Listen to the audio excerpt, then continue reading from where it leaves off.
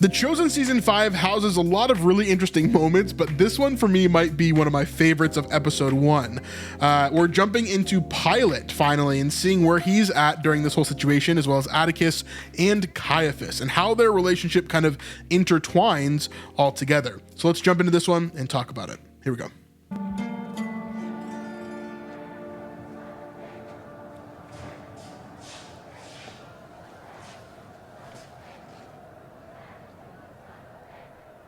So real quick before we get into the nitty gritty, there's a few things I want to point out here. Number one, we are in the Fortress of Antonia, I believe.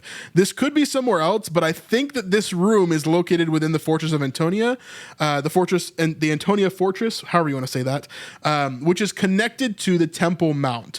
And so this is kind of overlooking the temple area, looking into the court of Gentiles, looking into the court of women, looking into the court of priests and the court of the Israelites. It's kind of all looking into there. And so Pilate can oversee everything. Why did they build the Antonia Fortress? To kind of oppress, right? That's the role of the Romans. That's what the reason why they did that. And so we see Pilate doing exactly that. He's looking over towards the temple and he is inspecting to see what's going on, to see if there's any turmoil or anything else. Right over here, we've got a statue of Athena. You can see her in full armor here as she appeared out of Zeus's forehead in full armor, I believe. And you can see her there. She is the goddess of wisdom within this area here. And so you can see her kind of statue there. One of the main statues that is in this area. Also in this room, another area, another angle that we'll see is a statue of, I believe, Apollo. And so that was another huge god during this time that they worshipped. And so we see that there.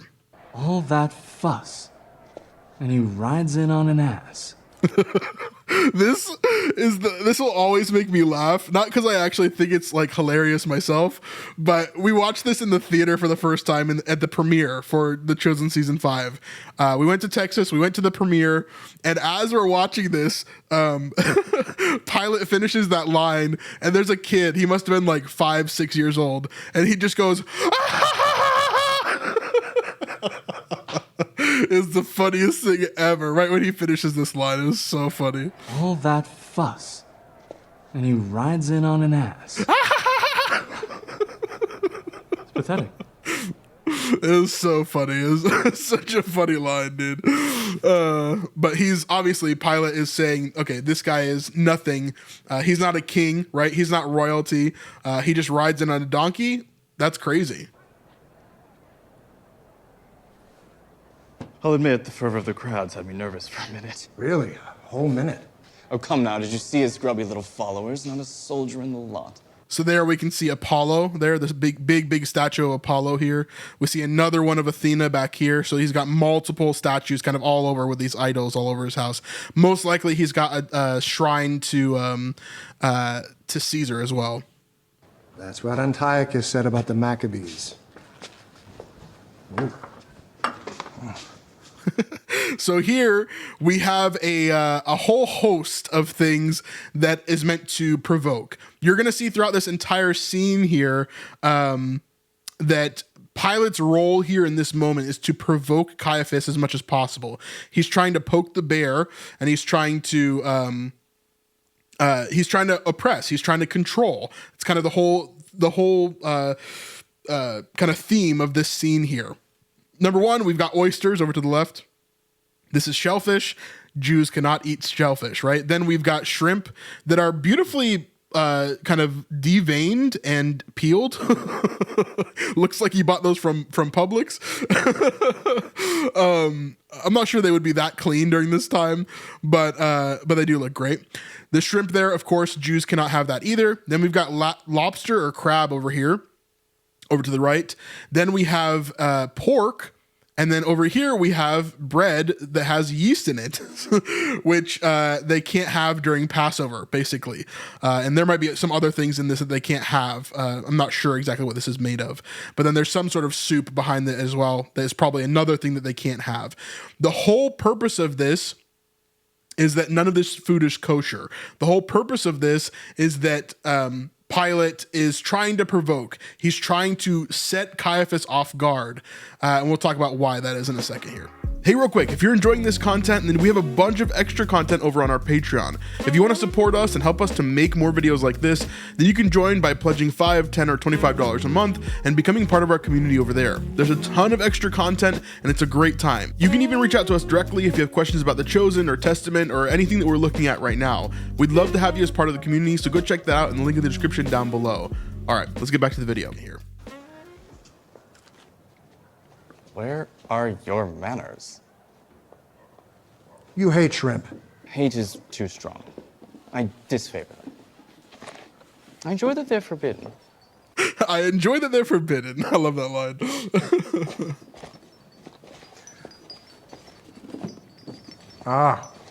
Happy Caiaphas Day. Happy Caiaphas Day. We're going to get to that in a second. None of this is really in scripture. We're going to talk about that too. He needs me. You need him and his temple. What do you get, a quarter of your annual revenue from this week? Maybe. Sometimes more. He keeps the peace. And the exchange rate's high, so play nicely. So here, there's a balance of political power that's taking place, right? We've got Pilate, who needs to keep the Jews under control, and he needs to make money for Rome. Those are his two goals here. Whereas Caiaphas is trying to keep the Jewish people alive, keep the Romans from oppressing too hard, and also trying to do his job as a religious leader, right? But in order to keep Pilate happy, he has to keep the rates high for basically money exchanging or for the temple tax, different things like that, right? And so the temple tax will stay the same, but then there's a tax on your money exchanging, there's a tax on your buying your animals, there's a tax on all these things to basically make money for Pilate and for Rome so that Rome will be happy and that he can keep his people safe. So there's a balance that's taking place here between Pilate and between Caiaphas. Pontius, you know I hate the smell of... What? Me? I bathed. Now remember, Claudia is struggling. We saw in season 4 that Claudia was having dreams. She's not sleeping in the same bed as Pilate because she thrashes too much. She's having these nightmares. And so that is continuing here. She's obviously not fully dressed. You know, she's just kind of on her own, not fully ready for the day, right? A week ago? Shellfish. You offend these people by bringing that kind of meat into the city. There is braised pork, my love. From the shoulder cut. I'm not hungry.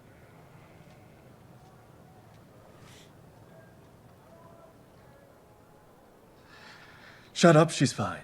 I love that line too. Shut up, she's fine. Things are falling apart a little bit in Pilate's marriage. Keep that in mind. No, she seems great. Governor? Atticus always eating too. I love it. The high priest has arrived. Send him in. Care to stay for the show? I'll pass. I've seen enough pageantry for one day. I'll be back later. And Atticus, following suit, is also going to poke the bear a little bit here. Just eating the shellfish in front. You can see as Caiaphas and his servant here are getting out of the way of Atticus because they cannot touch him. Not only could they cannot touch him normally, but also he has shellfish. It's an even more unclean state. Joseph Ben Caiaphas. Do you mind if I call you Joe? You ask that every time. Help yourself. Fresh from the Mediterranean and rushed here overnight in cold water vessels. Yeah, Caiaphas is not having any of it there. You know, we have this lovely appointment 3 times a year. And yet, your disposition never strikes me as grateful. So what is this? Where does this come from in scripture? Well, it's actually not in scripture. Like Pilate says here, this happens 3 times a year. So the idea actually comes from Josephus. He's a Jewish historian who writes a lot about the time of Jesus and things around that area, previously and afterward. Josephus is born a little bit after this time here. I think he's about -4 or -7 during this time. He's born a little bit after Jesus is crucified and resurrected. But he begins to write as a historian as he grows up and gets gets all these eyewitness accounts and different things all plugged into what is called Antiquities, which is his main kind of work that we talk about a lot. And so within Antiquities, there's a time when he talks about this, which is that Pilate, specifically the Roman leaders, would actually control the vestments of the Jews, so the high priest. And here, what that is, it's the clothing that the high priest would wear during certain particular feasts of the year. So Passover definitely would have been one of those feasts that he would have worn it, and there would have been 2 other times during the year when this would have happened.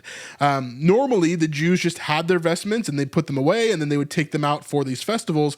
However, during Roman occupation, the Romans actually controlled these vestments, and it became kind of a part of their bullying play, right? In order to control the high priest, which is the most important person in Judaism as a religion, other than God, of course, and maybe Moses, and maybe Elijah, but the most important person that is there at the moment in terms of being a human there, he's controlling him by taking these vestments, and if he doesn't have these vestments, he can't do particular things that these traditions ask him to do. And so Pilate is really pushing this here by keeping the vestments, by serving the shellfish, and so we see Caiaphas getting really annoyed at this because he probably has to do this over and over again, at least 3 times a year. And so that's where we get this from. It's not from scripture, but it's from a Jewish historian who tells us about this control that Pilate wanted to have. Pardon me for saying, Governor, but you should be washing my feet for ensuring an orderly festival. You know, in the Empire, we tolerate other religions because we see them all as variations on the same thing. For instance, Don't! if I were to touch them, the garments would be unclean for 5 days? 7. Yeah, so they'd be unclean for 7 days, which would put it past the time of Passover, right?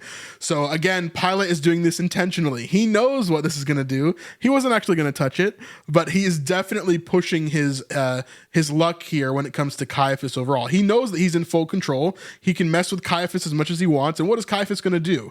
Caiaphas was not put in place by the Jews. He was put in place by the Romans.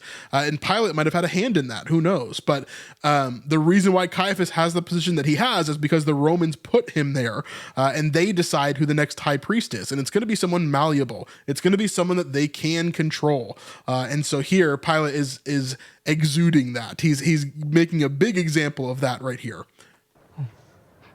So many lambs would thank me. I'll take the garments and be out of your way. Not take, receive. So what he was going to say before is talking about the 12 signs, basically, of the stars connected to the 12 tribes of Israel, and how the stones on the chest could represent each of those, and how basically he's giving a universalist kind of understanding.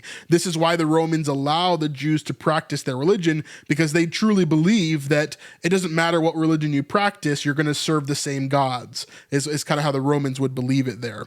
And so he's kind of pointing that out. Now he's using this rod to pick up the ephod without getting it dirty, right? Without getting it unclean. And he reminds Caiaphas that Caiaphas is not going to take anything. He's going to receive what's been given to him. And Pilate is the one that is going to make sure that happens that way. Your 12 gemstones corresponds to our zodiac in the heavens. First put forth by the Greek astronomer Ptolemy. Enough. I get it. To the victor belong the spoils. So because these are ours, your right to borrow them is given provided you keep your people under control. No riots. So that phrasing there, to the victor belongs the spoils, comes from a Greek philosopher that he's talking about here. And so what he's saying is, the Romans are in control. We beat you guys. You can't defeat us. And so we get the spoils. We own this ephod. We own your garments. And if we don't give them to you, you can't celebrate these feasts that you want to celebrate. So you better listen to us. You better obey. You better follow along. All right? You better keep the status quo, is what he's trying to say here. I noticed there are nearly double the number of pilgrims this year. I do not recall a greater turnout in my lifetime. Is it unreasonable to assume double the revenue. It's simple math. Between the currency exchange and the temple tax, the coffers are already beginning to overflow. And sure they do. So Pilate's making sure that he makes that money. Caiaphas is trying to keep the peace. Is there anything else? No. Thank you, Governor. Oh, Caiaphas, one quick thing. We have 3 executions scheduled for Friday, 1 including a zealot murderer. Now, this is one of the big reveals of this scene here. We've got 3 executions scheduled for Friday. Now, 2 of them we know are going to happen. The third one, the zealot murderer, is going to get replaced with who? Jesus. And so, of course, that's where he's referencing here what's going to be happening in the future. And he's making sure that Caiaphas will be there, which a lot of the religious leaders will be there during that time. Of course, they want to see Jesus killed, including Caiaphas. Please make sure your people are there to see. I want to send a clear message. To the extent I have any control, it'll be done. Thank you. You know, we're going to be friends one day. I like that line too, to the extent of the control that I have, essentially. Like, to the extent that I have any control, it will be done. So he's saying, I don't have much control, but I'll do my best to control the people that I can, because obviously I don't have any control from you. This is kind of what he's pointing at there. And then we get Pilate kind of poking at him one last time as he leaves. And the little smirk here at the end. Yeah, but that's the scene that that's one of the scenes I really, really love from this section. We get a really cool setup with the ephod and the control that Rome has, which we're going to see more and more of throughout the season, and the loss of control that Pilate has in some areas as well, and how he kind of freaks out. So anyway, subscribe, make sure you're here to see the rest of our deep dives for The Chosen season 5, and of course we're going to jump into Testament deep dives as well. So if you haven't seen those, please go check those out. I know you guys will really, really love those. Check out Testament as well. And yeah, we'll see you guys on the next one. Peace.